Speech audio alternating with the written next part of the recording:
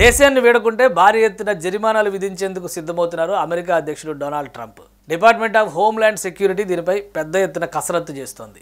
అక్రమ వలసదారులపై ట్రంప్ ప్రభుత్వం ఇప్పటివరకు ఉక్కుపాదం మోపింది. ఇప్పుడు రూల్స్ పేరుతో ఫుట్బాల్ ఆడేందుకు రెడీ అవుతుంది. అక్రమ వలసదారుల్ని తక్షణమే దేశం విడిచిపోవాలని అమెరికా వార్నింగ్ ఇవ్వడంతో పాటు భారీ జరిమానాలు, బహిష్కరణలు విధించే అంశాలపైన నిశితంగా పరిశీలన చేస్తోంది.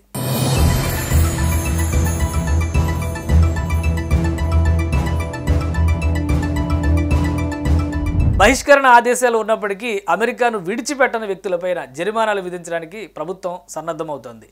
సెల్ఫ్ డిపోర్టేషన్ యాప్ యూజ్ చేసుకుని వెళ్ళిపోవాలని ఇల్లీగల్ ఇమ్మిగ్రెంట్స్కి సూచిస్తోంది. సెల్ఫ్ డిపోర్టేషన్ సరైన మార్గమని, లేదంటే కఠిన చర్యలు ఉంటాయని డిపార్ట్మెంట్ ఆఫ్ హోమ్‌ల్యాండ్ సెక్యూరిటీ అధికార ప్రతినిధి ట్రిసియా హెచ్చరించారు.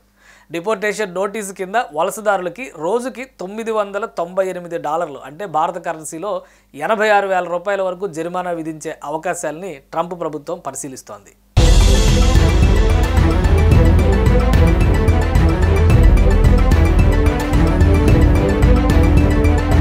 ఈ డిపోర్టేషన్ నోటీస్ ప్రకారం నిర్దేశిత గడువులోగా వలసదారులు అమెరికాని విడిచి వెళ్ళకపోతే వారి ఆస్తులు కూడా జప్తు చేస్తారు. 1996 నాటి చట్టాన్ని ఉపయోగించి ఇది అమలు చేసే ఛాన్స్ ఉంది.